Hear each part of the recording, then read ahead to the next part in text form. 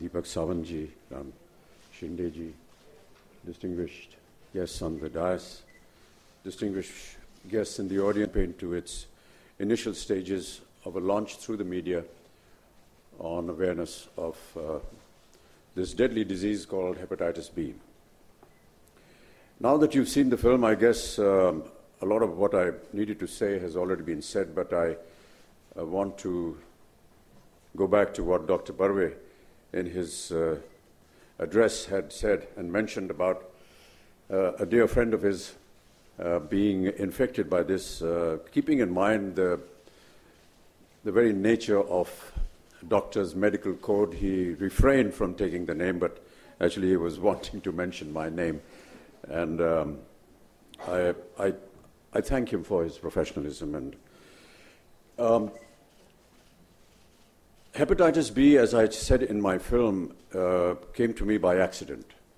During the time of my accident in Coolie in 1982, there were about 200 donors whose blood was taken to be infused into me.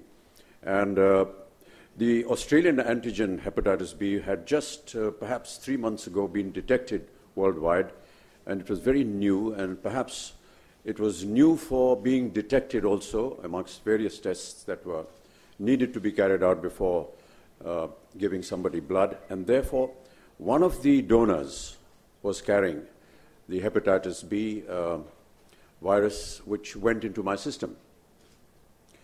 I continued to function as normally as I would, and in the year 2000, through a very normal and regular medical checkup that Dr. Barve, who's our family physician, and me went through, we discovered that indeed my liver had been infected and that I had lost 75% of my liver. So if I stand in front of you today, you're looking at a person who is surviving only on 25% of his liver. That's the bad part. The good part is that you can survive with even perhaps 12% of your liver. But really, no one wants to get into that kind of a condition. The important thing is that it's a very frightening phrase to use on somebody when you say that he's suffering from cirrhosis of liver, because cirrhosis of liver is normally associated with alcohol. I am a non-alcoholic. But to have this stigma of being suffering from cirrhosis of the liver is quite frightening.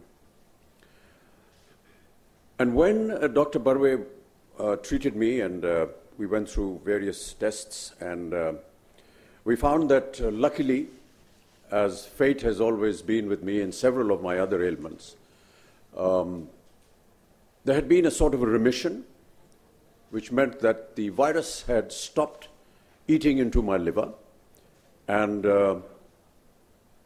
having devoured 75% of it, it was showing some kind of mercy on the balance 25%. We went through a medical course, and I have to say here that during all my ailments and my medical history that I've had, been in situations where I've had the means to be able to get treated abroad, but it has been my faith and trust in the medical profession and the doctors of India that I have always put my faith in, and I'm very proud of the fact that they've always done a marvelous job. So I want to congratulate them. Having said that, when we discovered this ailment, we found out also that we were in remission, but now and then I must admit that we have been going abroad to have a second opinion, so to say. We went to some medical institutes in the United States of America, and I have to say that whatever diagnosis and the treatment that was being in any other part of the world were administering. That is another credit to our medical profession. And so we came back. There are some drugs which I have to take regularly to prevent the further appearance of this virus in my system. But what I want to say really is that we had the good fortune of going through a test which detected this disease.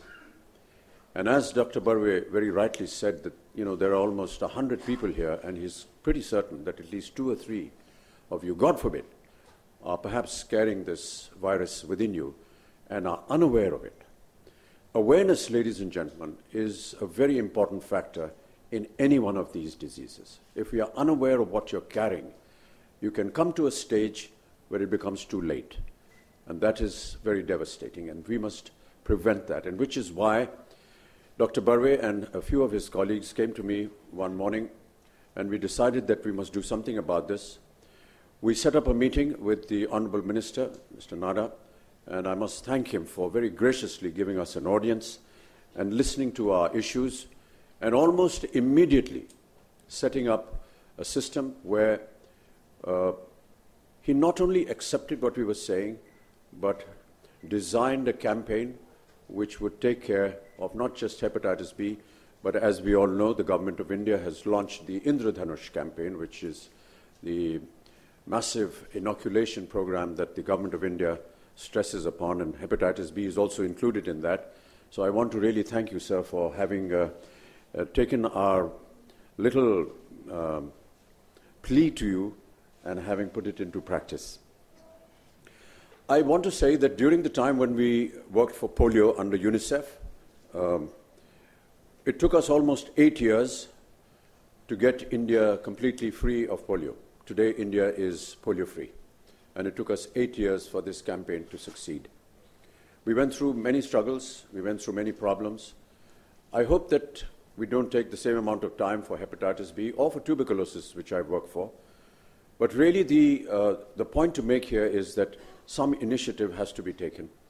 And I want to thank the Government of India, the Government of Maharashtra, for having agreed to take this initiative on a massive scale and continue to work towards it so that in time to come, through the campaigns that you've just seen and several other efforts that the government is making and private companies are making, we will be able to make perhaps our country a healthier place to live in.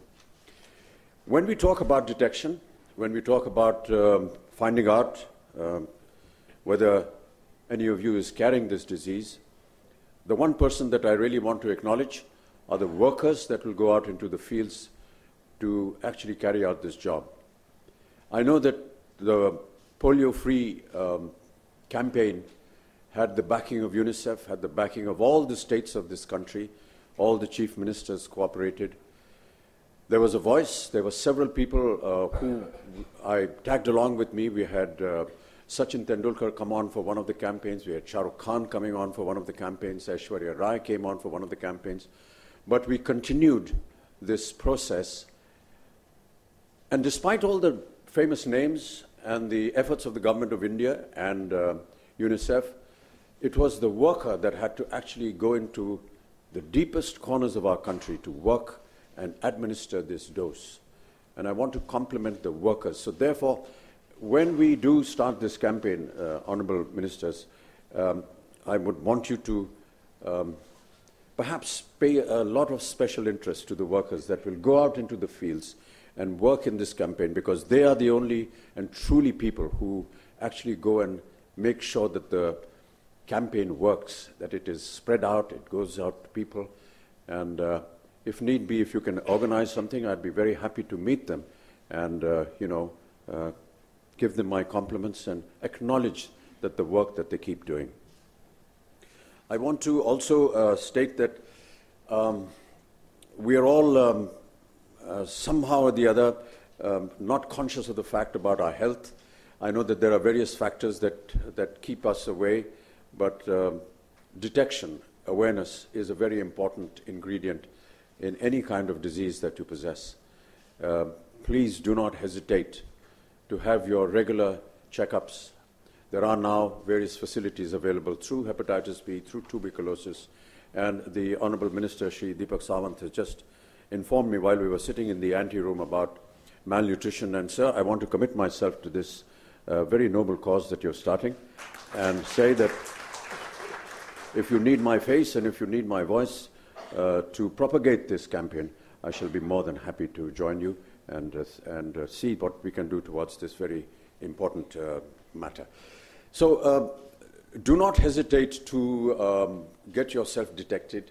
I also promote diabetes through Mr. Keith Vaz, who is a Member of Parliament in the House of Commons in the United Kingdom, and we've done several inaugurations of vans which go out into interiors of India, and of course in the United Kingdom, detecting people of diabetes. It's just a very small little test, but that's the point that we need to stress. It's no point coming after you've been actually diagnosed with the disease and reached a stage where perhaps there is no way to come back.